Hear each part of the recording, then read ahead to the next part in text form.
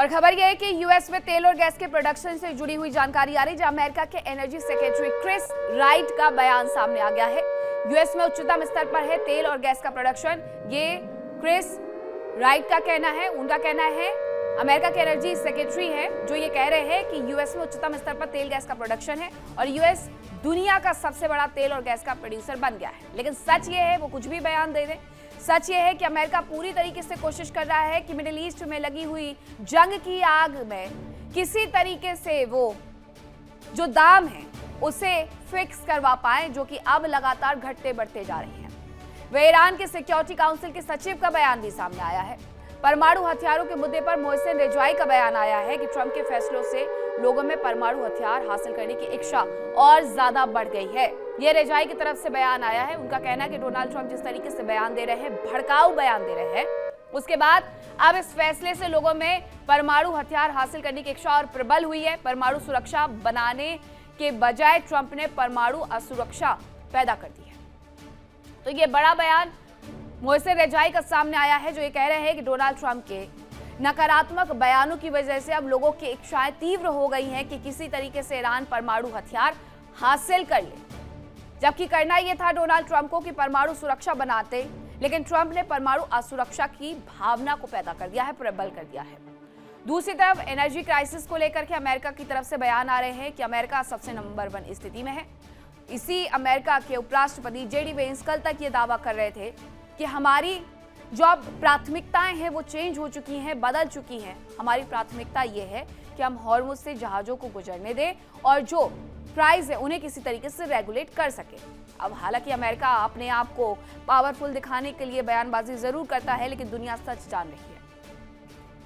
वह ईरान की national security council secretary का बयान आया है। मोहसिन रेजाई की अमेरिका को बड़ी चुनौती है, ईरान की मजबूती से रक्षा करेंगे, मोहसिन रेजाई कह रहे हैं। उन्होंने कहा कि अमेरिकी सेनाओं को ईरान में हम कदम नहीं रखने देंगे। अमेरिकी ईरान में अतिरिक्त फोर्स ना भेजें क्योंकि हम उन पर हमला करेंगे। चेतावनी सीधे सीधे जारी कर दी गई है। दोनों ही देशों के बीच में 60 दिनों तक हमला ना करने को लेकर के सहमति बनी थी। हालांकि ये सीज फायर इस दौरान कई बार टूटा है, लेकिन अब ये कहा जा रहा है कि अमेरिकी ईरान में अतिरिक्त फोर्स ना भेजे और अगर उन्होंने भेजे तो और ज्यादा हमले किए जाएंगे। ये मोहसिन रेजाई का बयान था। वहीं ट्रंप के आर्थिक युद्ध वाले बयान पर भी ईरान ने दो टूक कह दिया है कि अमेरिका का आर्थिक अटैक वाला शिगुफा फुस है। अमेरिका की आर्थिक हमले वाली फिल्म पुरानी है। ईरान ने आर्थिक प्रतिबंध की फिल्म पहले ही देखी है। पाबंदियां विफल रही हैं और आर्थिक युद्ध भी फेल होगा। ट्रंप की धमकी और धौस हॉर्मुज की लहरों में बह गए हैं। ईरान के विदेश मंत्री अब्बास अराक्ची ने खिल्ली भी उड़ा दी है। ये बड़ी जानकारी आ रही है।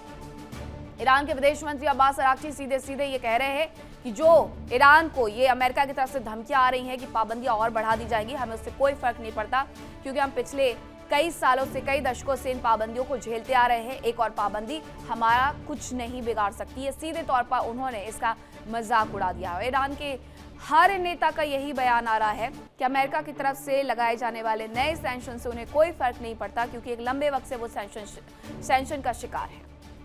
खाड़ी जंग के बीच में ईरान की शक्ति और ज्यादा प्रचंड हो गई है। ईरान ने 1 साल में हथियार उत्पादन 2 गुना कर दिया, स्पीड को बढ़ा दिया है। डिफेंस प्रोडक्शन में भी ईरान ने जबरदस्त इजाफा कर लिया है। ये सब कुछ तब जब हमले उस पर हुए। हमलों के बावजूद हथियार उत्पादन में एक बड़ा उछाल देखने को मिलता है ईरान के भीतर। जंग में अमेरिका इजराइल का मिशन विफल रहा है और ईरान की ताकत घटने के बजाय और ज्यादा बढ़ते चली गई है। ईरान के रक्षा मंत्रालय के प्रवक्ता इस्माइल बघाई की हुंकार भी देखने को मिली है। वो सीधे ये कह रहे हैं कि ईरान की ताकत घटी नहीं है बल्कि और ज्यादा बढ़ गई है।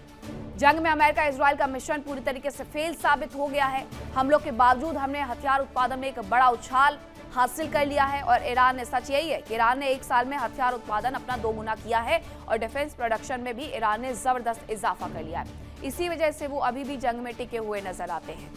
अमेरिका को लेकर के रिपोर्ट्स में दावे किए जाते हैं, उन्हीं की मीडिया की रिपोर्ट्स में, कि उनके पास हथियार कम पड़ गए हैं। और ईरान को लेकर के पश्चिमी मीडिया ये दावा करता है कि उनकी अभी भी क्षमता बहुत ज्यादा है। अमेरिका ने ईरान के खिलाफ युद्ध तो शुरू कर दिया, लेकिन इसे खत्म करना ट्रंप के लिए एक बड़ा सिरदर्द बनते जा रहा है। ट्रंप ने एक बार फिर से ईरान के खिलाफ आर्थिक प्रतिबंधों का ऐलान कर दिया है, लेकिन अब जो खबरें सामने आई है उससे अमेरिका की टेंशन और ज्यादा बढ़ गई है। सवाल ये है कि आखिर ईरान का वो प्लान क्या है जिससे अमेरिका के प्रतिबंधों की धार को कुंद किया जा सकता है। हालांकि ये कहा जा रहा है बार बार ईरान की तरफ से कि सेंसरशिप आज से थोड़ी ना हमारे ऊपर लगी हुई है, दशकों से लगी हुई है, तो हमें क्यों बहुत ज्यादा फर्क पड़ेगा। इसी वजह से वो इस तरीके के बयान दे रहे हैं। वहीं ईरान की अमेरिका को एक बड़ी धमकी देखने को मिली है। अंडरग्राउंड बैलिस्टिक मिसाइल प्लान की तस्वीरें जारी कर दी गई है। ईरानी मीडिया की तरफ से ये प्लान की तस्वीरें जारी की गई है। आप देखते होंगे बार बार सेंटकॉम कुछ तस्वीरें जारी करता है अमेरिका से। ये प्रेशर बनाने की पॉलिटिक्स होती है ईरान के ऊपर, तो ईरान भी उसी भाषा में जवाब देता है। अब ईरान की तरफ से अंडरग्राउंड बैलिस्टिक मिसाइल प्लान की तस्वीरें जारी कर दी गई हैं ताकि ये अमेरिका के ऊपर प्रेशर बढ़ा सके कि अगर आप सेंटकॉम की तरफ से रिफ्यूलिंग की तस्वीरें जारी करवाएंगे तो हम भी तो तैयार बैठे हुए हैं। सच ये है कि दोनों ही देश फिलहाल फुल स्केल वॉर में पड़ना ही नहीं चाहते हैं। ईरान बहुत ज्यादा नुकसान झेल रहा है, वो इस युद्ध में नहीं आना चाहता है और अगर आता है तो उसकी तैयारी पूरी है। अमेरिका में नवंबर में मिडटर्म इलेक्शन होने वाले हैं। ऐसे में डोनाल्ड ट्रंप पूरी कोशिश कर रहे हैं कि इलेक्शन के पहले ऐसा कोई भी बड़ा कदम ना उठाया जाए अमेरिका या फिर इजराइल की तरफ से जिससे उन्हें नुकसान हो सकता है। देखिए इंडिया डेली 24/7 अब आपके स्मार्ट टीवी पर। इंडिया डेली मौजूद है सभी डिजिटल प्लेटफॉर्म पर लाइव और लगातार। इंडिया डेली 24/7 हर दिन राष्ट्र को समर्पित।